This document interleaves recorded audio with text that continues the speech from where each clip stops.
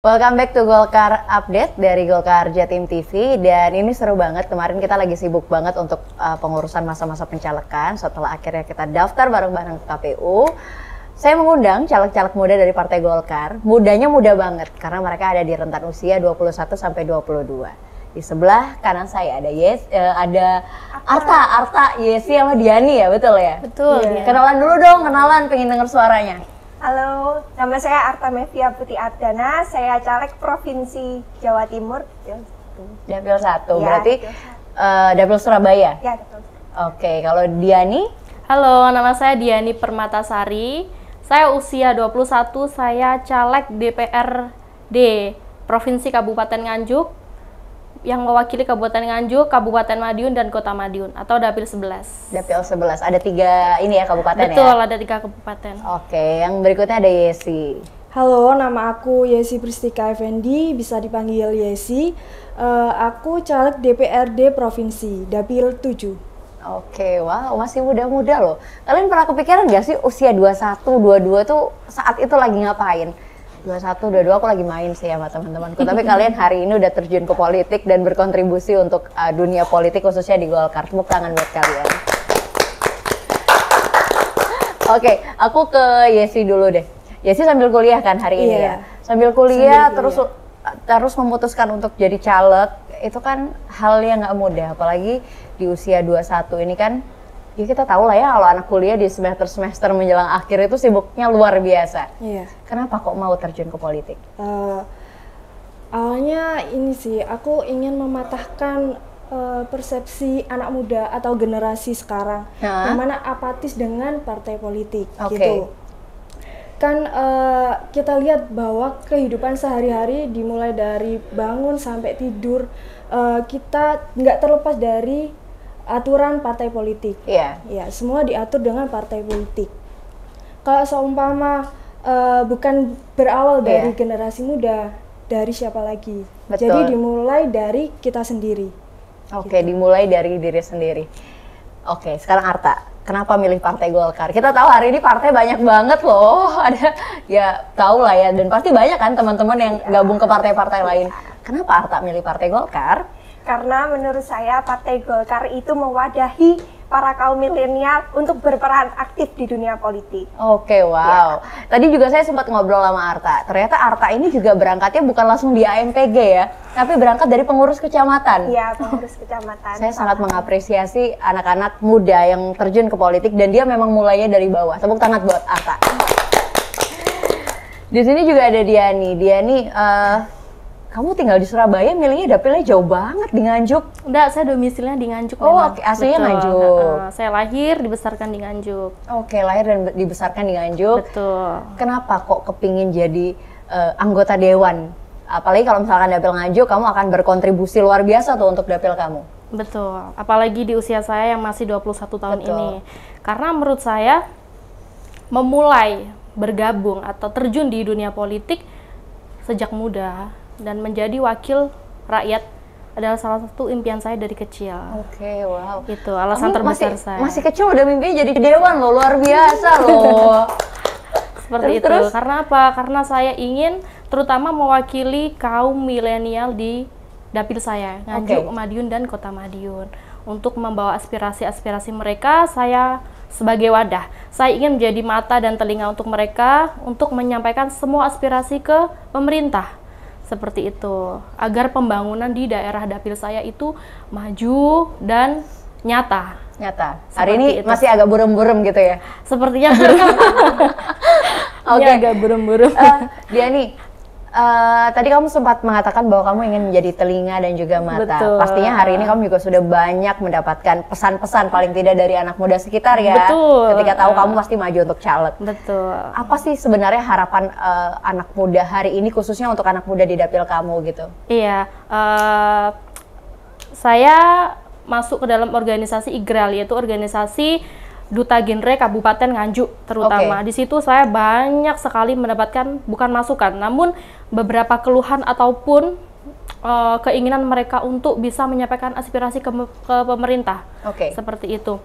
Kenapa saya ingin jadi mata dan telinga? Karena masyarakat atau penduduk di Indonesia itu bingung untuk menyampaikan langsung aspirasinya ke pemerintah. Begitupun sebaliknya, pemerintah pun terkadang juga tidak bisa membaca apa keinginan penduduknya atau keinginan masyarakatnya yang di bawah. Maka dari itu, saya ingin menjadi mata dan telinga. Agar apa? Agar supaya mereka saling berkesinambungan, mengerti dan paham, sehingga menciptakan suatu keharmonisan dalam negara kita. Ketika negara sudah ada keharmonisan, maka saya yakin pembangunan akan maju. Seperti itu, karena saling mengerti. Karena saling mengerti. Betul. Hari ini juga kita tahu bahwa Partai Golkar hampir 60% itu caleg-calegnya berasal dari generasi Z dan juga milenial, yang artinya mereka ini masih pada muda-muda banget gitu ya. Aku ke Yasi deh. Yasi, tadi kamu sempat bercerita juga lagi kuliah gitu kan, sambil daftar caleg ini kan cukup menyita waktu gitu ya. Tapi kenapa kamu punya keinginan bahwa oke, aku harus nyalek gitu di tahun ini? Kenapa nggak 2029 nanti? Gitu.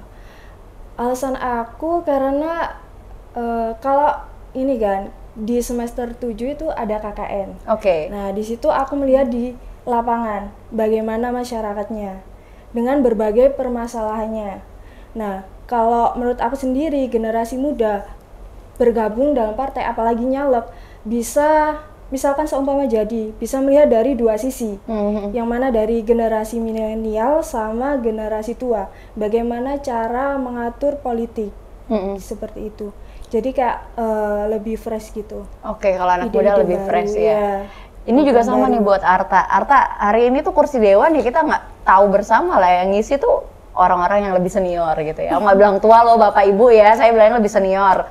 Diisi orang-orang yang lebih senior. Kalau nanti ternyata kamu kepilih nih, kamu kan masih muda banget nih, Tak. Ini nggak pede nggak ada di antara atau di tengah-tengah mereka? Harus pede. Harus pede ya, nggak boleh kalah yang muda ya. Harus pede. Selama kita mau belajar, berjuang dan berusaha, usia tidak menentukan kesuksesan. Usia tidak menentukan kesuksesan. Yang muda pun bisa sukses, yang tua pun juga harus lebih sukses gitu ya. Mereka ini dapilnya beda-beda. Sedulur Jatim, ada yang dapil Surabaya, dapil Nganjuk, terus juga dapil Mojokerto ya. Blitar sama Tulungagung. Oh, Blitar Tulungagung, sorry, dapil Blitar Tulungagung. Ketiga-tiganya ini maju provinsi. Padahal kan kita tahu ini ada kabupaten kota dulu, ada provinsi baru RI. Mereka langsung loh gas ke provinsi gitu ya. Aku pengen tanya ke Diani, apa yang menjadi permasalahan besar daerahmu yang kamu rasa ini harus dibenerin? Saya rasa setiap daerah mempunyai kekurangan dan kelebihan. Kelebihannya daerah saya banyak, namun saya ambil satu cuplikan kekurangan di daerah saya. Bukan kekurangan, namun hal yang perlu diperbaiki, betul. Yaitu salah satunya di pembangunan menurut saya. Itu nomor satu, di pembangunan. Maka dari itu saya berharap ketika saya nanti terpilih, saya akan memajukan pembangunan, yaitu anggaran-anggaran yang sudah sepatutnya diterjunkan ke dalam atau diterjunkan ke daerah saya, akan saya wujudkan secara nyata dan saya akan turun ke lapangan langsung, seperti itu. Semoga bisa terwujud keinginan dan harapan saya itu. Amin. Saya senang sih kalau ngeliat muda-muda, yang muda-muda itu memang tidak bisa dipungkiri semangatnya itu luar biasa loh hari ini. Itu permasalahan di daerah kamu ya. Betul. Kalau kamu nih Arta, dari dapil kamu dapil ini kan, maju provinsi, maju dapil Surabaya. Permasalahannya Surabaya itu apa sih?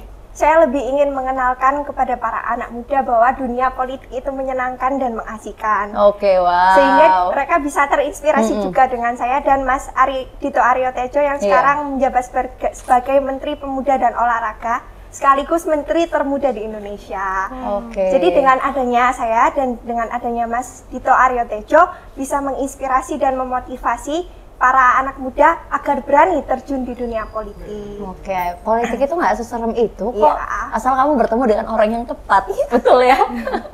Makanya ketemunya sama kita aja gitu kan maksudnya ya. Ya sih, kamu maju Blitar Tulungagung kan ya. Permasalahan apa di dapilmu yang menurutmu itu menjadi suatu hal yang memang sangat perlu untuk dibenahi? Salah satu permasalahannya sama dengan Mbak Diani. Tentang pembangunan jalan. Ya.